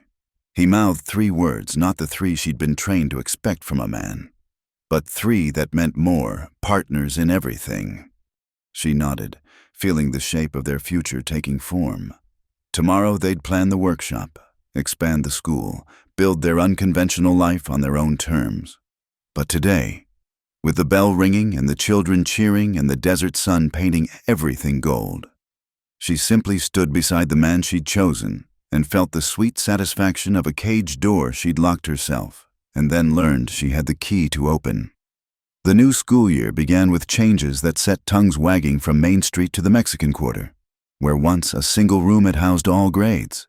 Now 3 rooms bustled with activity. The workshop Jonah built stood adjacent, smelling of sawdust and possibility. But the biggest change was the evening sessions minors and their wives learning letters by lamplight, no fee required.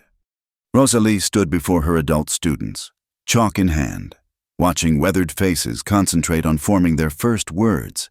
Maria Gonzalez, grandmother of 6, traced freedom with careful fingers. Tom Chen, who'd worked the rails for 20 years, sounded out citizen with fierce determination. Education is power, Rosalie told them, the same words she'd once heard from a teacher who'd changed her life. No one can take away what you know. Through the window, she could see Jonah in the workshop, teaching young Robert Henderson to plane wood smooth. The boy who'd once been destined for nothing but mining now dreamed of building homes. Other children waited their turn, eager to learn what their hands could create. The school board had been restructured after Harlan's arrest. Sarah Morrison served as treasurer now, her books transparent as window glass. Reverend Pike remained, humbled by how wrong he'd been about Jonah. The third seat belonged to Miguel Vasquez, the first Mexican member, a choice that had caused quite the stir. "Miss Finch," Sarah said after the evening session ended. "A word." They walked to Rosalie's classroom, where the collaborative sparrow still decorated the blackboard, now protected under glass, a reminder of how everything began. "There's talk," Sarah said carefully. "About you and Mr. Reyes." "There's always talk. This is different. Some of the ladies from church, they're saying it's improper. You two working so closely, unmarried. They're threatening to pull their children." Rosalie had expected this.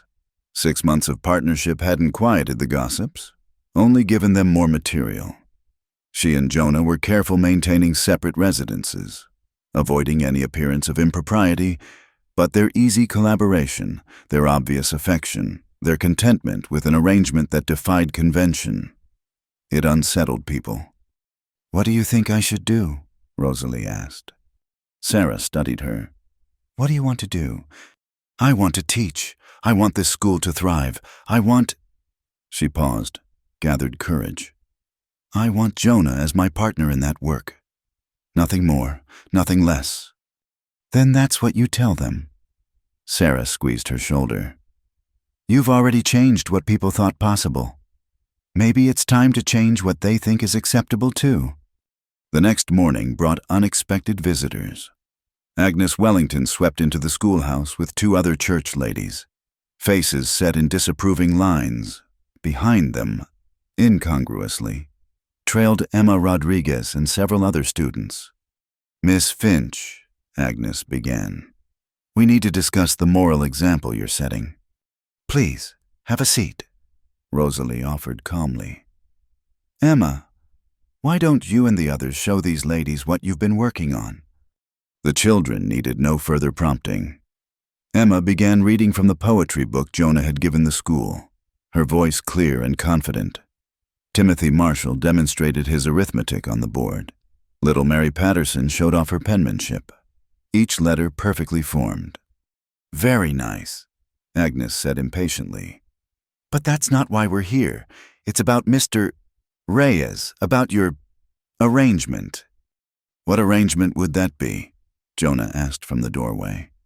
He entered with his usual quiet grace, several parents behind him. Word had spread about the confrontation. "You know perfectly well," Agnes huffed. "Living here in sin, pretending respectability."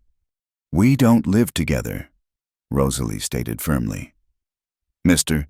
Reyes has quarters above the workshop. I have my cottage. We work together for the benefit of this school and these children." "But everyone knows," Agnes faltered, unable to voice what everyone supposedly knew. "What?" Jonah asked mildly. "That Miss Finch and I are partners. That's true. That we respect each other, also true. That we've built something remarkable here together. Look around you." Indeed, the evidence was everywhere. Maps made by students covered the walls. Shelves Jonah had built held books donated from across the territory.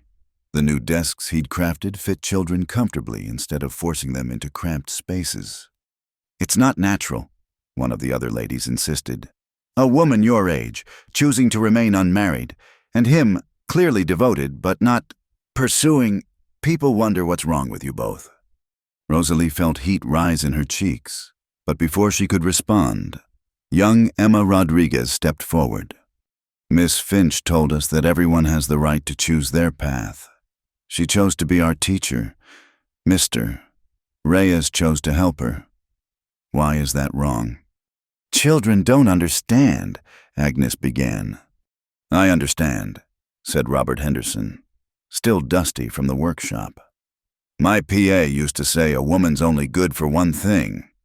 Then I watched Miss Finch stand up to Mr. Harlan, save our school. Now Pa's taking evening classes from her, learning to read, says he was wrong about a lot of things."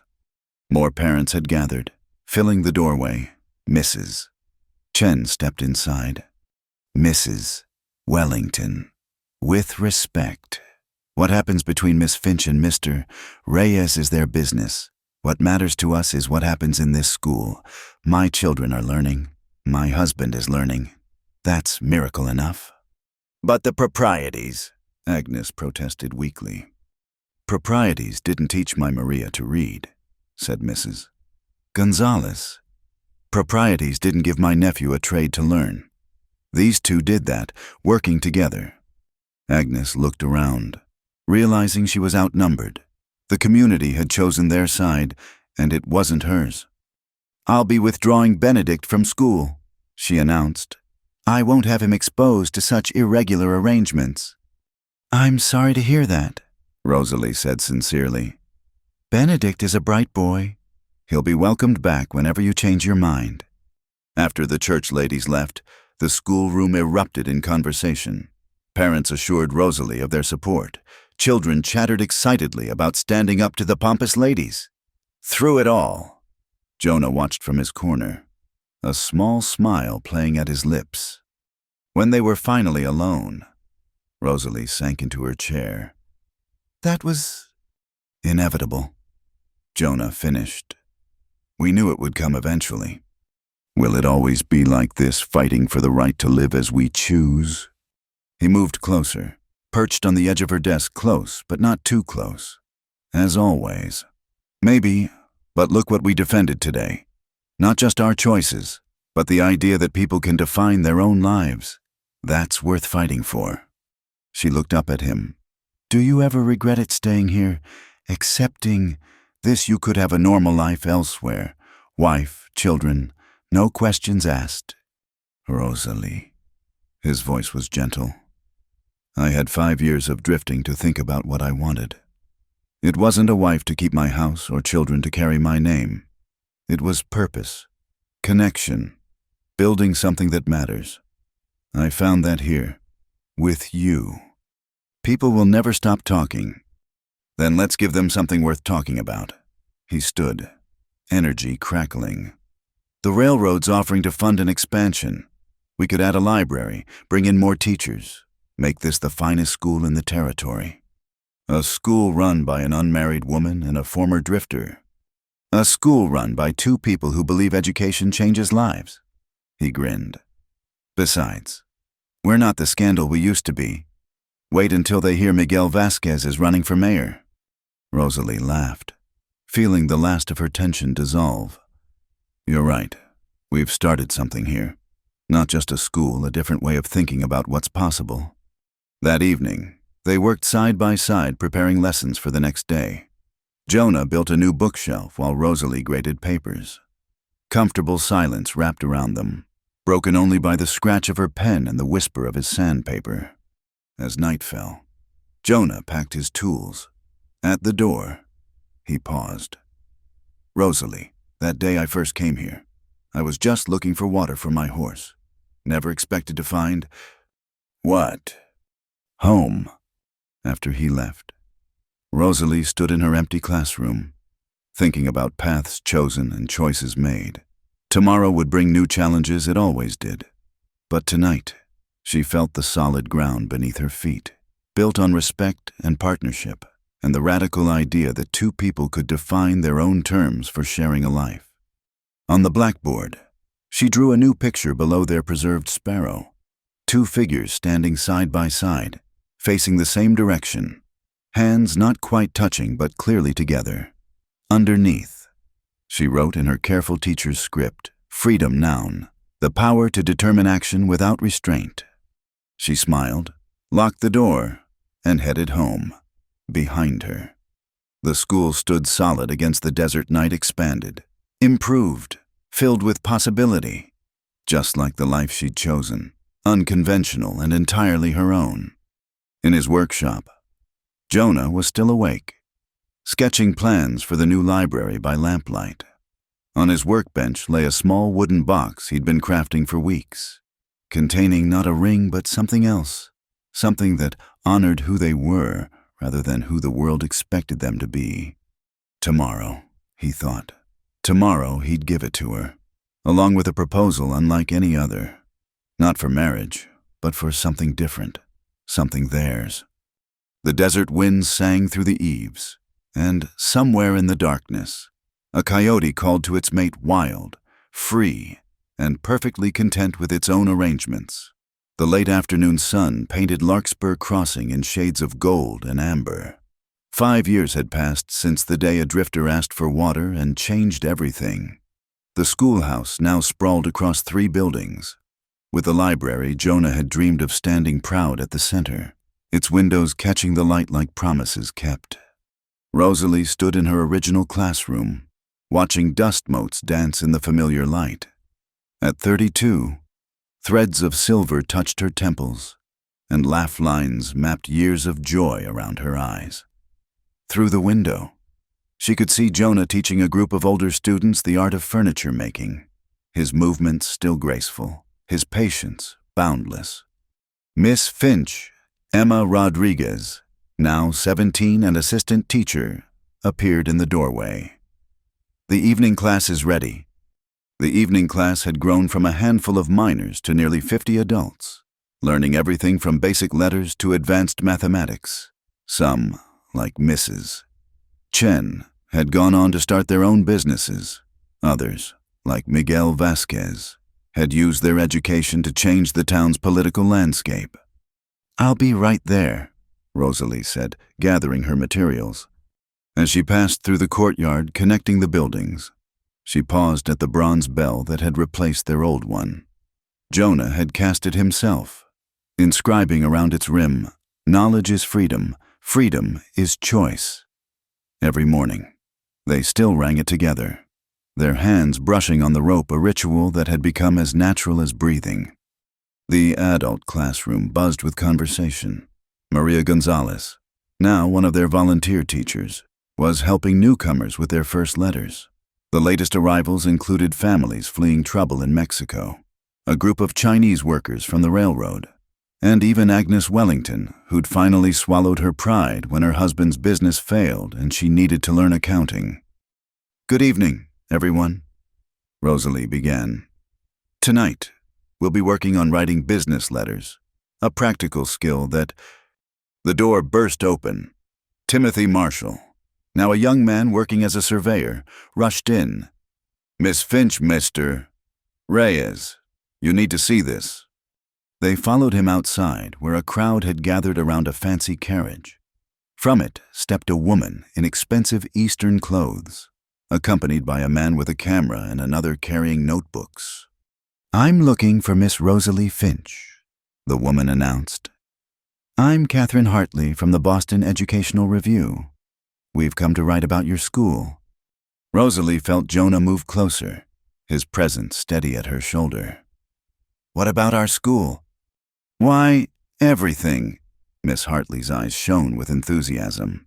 "A fully integrated school with Mexican, Chinese, and Anglo students learning together, adult education programs, vocational training, and all run by—" She paused, seeming to search for words. "By an unmarried woman and her business partner."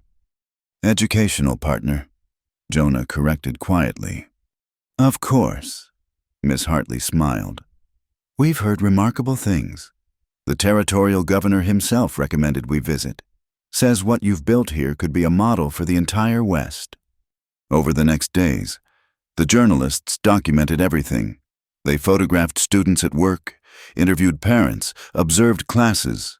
They seemed particularly fascinated by Rosalie and Jonah's arrangement, 2 people who'd built a life and institution together without following society's expected script. "I must ask," Miss Hartley said during a private interview, "about your situation. How do you answer those who say it's improper?" Rosalie and Jonah exchanged glances. They'd answered this question countless times over the years, refining their response. "We're partners," Rosalie said simply. "In work, in purpose, in building this community. Not everyone's life follows the same pattern. Miss Hartley, we've chosen what works for us." "And the town accepts this?" "Now they do." Jonah said, "Took time, but results speak louder than conventions. Hard to argue with success." Miss Hartley leaned forward. Forgive my boldness, but there's clearly deep affection between you. Why not simply marry and silence the critics? Rosalie's answer came swift and sure. Because that would be living for the critics, not for ourselves. I chose my path long ago to remain unmarried, to dedicate myself to teaching. Jonah respects that choice. We've built something better than what society expects. We've built what we actually need. That evening, after the journalist retired to the hotel, Rosalie and Jonah walked through the school grounds. The new dormitory for distant students stood dark against the sky. The workshop smelled of fresh lumber and possibility. Everything they'd dreamed and more had come to pass. Regrets? Jonah asked, their familiar question. Never, Rosalie replied, their familiar answer. They stopped at the original classroom where their sparrow still lived under glass. Jonah pulled out a small wooden box, the one he'd been carrying for months, waiting for the right moment. I made something, he said. Not a ring. We've established what we're not. This is about what we are. Inside lay 2 bronze medallions on leather cords. Each bore the image of a sparrow in flight, and on the reverse, words in Spanish and English, compañeros en todo, partners in everything. 5 years ago, I drew wings on your sparrow. He continued. You gave it a nest, a mate, a life. We've been building together ever since. These are recognition of what we have, what we've chosen. Rosalie lifted one medallion, watched it catch the lamplight. It's perfect. They helped each other fasten the cords, the medallions resting over their hearts. Then, in a gesture that had become theirs over the years, Rosalie took his hand and pressed it briefly to her cheek, intimate yet bounded. Affection within the parameters they'd set. Miss Finch, Mr. Reyes. Young voices called from the courtyard. A group of boarding students had snuck out, wanting to show them the telescope they'd assembled. Duty calls, Rosalie laughed. Always does, Jonah agreed. They spent the next hour looking at stars with eager children, pointing out constellations, discussing the vastness of the universe and their small place in it. When the students finally returned to bed, Rosalie and Jonah remained, sitting on the steps of their first building. The journalists asked if we're a model for the future, Rosalie mused. What do you think? I think, Jonah said slowly, that we're one model. Others will find their own ways. What matters is that people know they have choices. A coyote called in the distance, answered by its pack.